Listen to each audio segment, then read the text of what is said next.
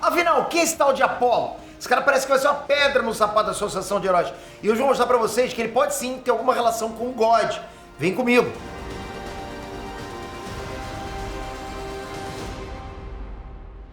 Peter aqui.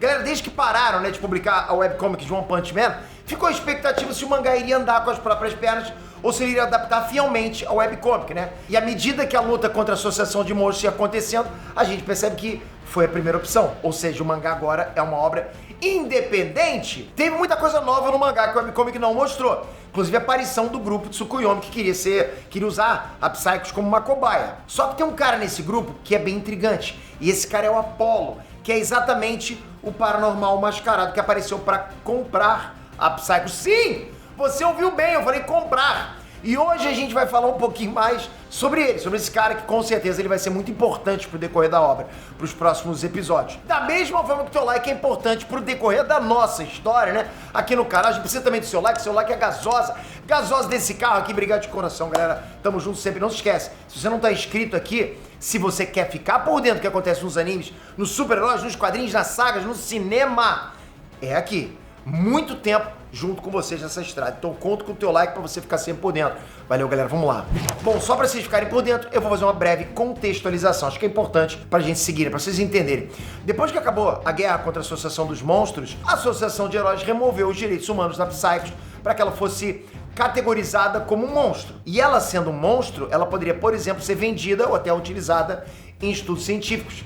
Sim, eu sei que é bizarro isso, mas é um fato dentro da obra, acontece lá dentro. O que pra mim é só mais uma prova de toda a podridão que tem dentro da Associação de Heróis. Eu falo pra vocês, é meio Seven, lá do The Boys. Quando a Psyche foi colocada no registro de prisioneiros e categorizada como monstro, quando taxaram, carimbaram ela monstro, isso chamou a atenção do grupo Tsukuyomi. Não é Infinito não, é só Tsukuyomi.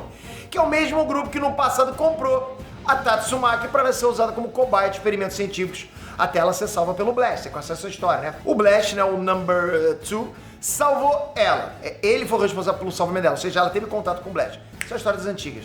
Bom, o homem que apareceu na Associação de Heróis com o objetivo de comprar a Psychos era um cara mascarado com poderes paranormais chamado Apollo. E logo que eu vi esse cara, eu já pensei que ele tivesse uma grande importância na história, mas eu acabei não dando muita atenção porque, no capítulo seguinte, a Tatsumaki já tinha dado uma surra nele. Então, eu pensei que a minha teoria inicial estava errada. Eu não vou nem seguir com essa teoria, Que, não daria tanta importância pra um cara que morreu tão cedo. Pra que eu falaria de um cara desse?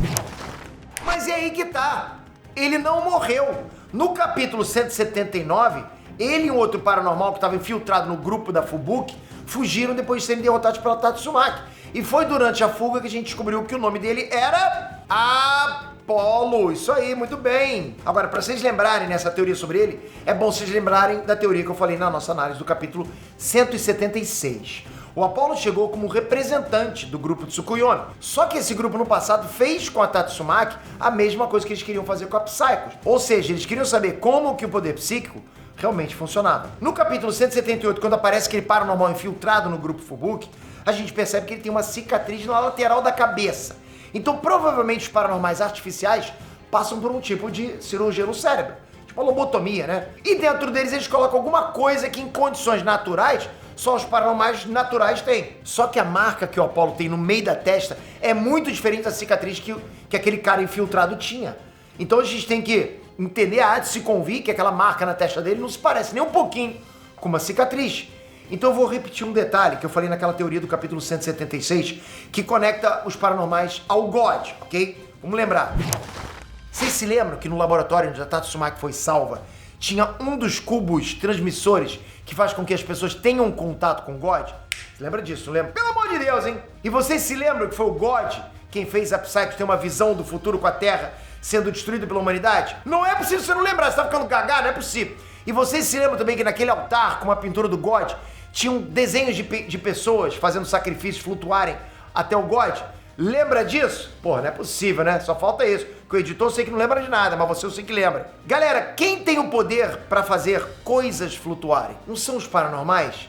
E lembrando que aquele altar é uma coisa extremamente antiga, de milhares e milhares e milhares de anos. Não olha pra mim não, eu não tenho nada disso aí. Então a teoria é a seguinte: Na antiguidade, os paranormais eram um tipo de civilização que cultuava o God como se fosse um verdadeiro deus da Terra. Como eles tinham poderes, é possível que em algum momento eles foram categorizados como monstros. E aí, dessa forma, eles foram caçados pela humanidade. Faz sentido. Aí, como eles foram caçados, com o passar dos anos, eles foram se tornando cada vez mais raros. Foram sumindo, foram se tornando cada vez mais raros. E aí tem vários motivos para eles se tornarem raros. Eles podiam estar se escondendo para não serem descobertos, ou até eles podiam realmente ser perseguidos e mortos. E como eles foram desaparecendo, o culto ao God também foi sumindo. Não tinha ninguém mais para cultuar ele. O grupo de Tsukuyomi possivelmente surgiu quando alguém descobriu, através de descobertas arqueológicas, a existência daquele mesmo templo onde o Saitama e o rei Orochi lutaram. E aí, com essa descoberta, essa pessoa fundou o grupo Tsukuyomi. Eu diria que ele escolheu esse nome exatamente porque, no mito japonês, Tsukuyomi é o deus da lua. O que faz sentido, porque o God tá na lua. Vai pegando as coisas, galera. O objetivo do grupo, então, é o quê? É criar paranormais artificiais para recriar o culto ao God. Aquela coisa de, o God, o Garra, né?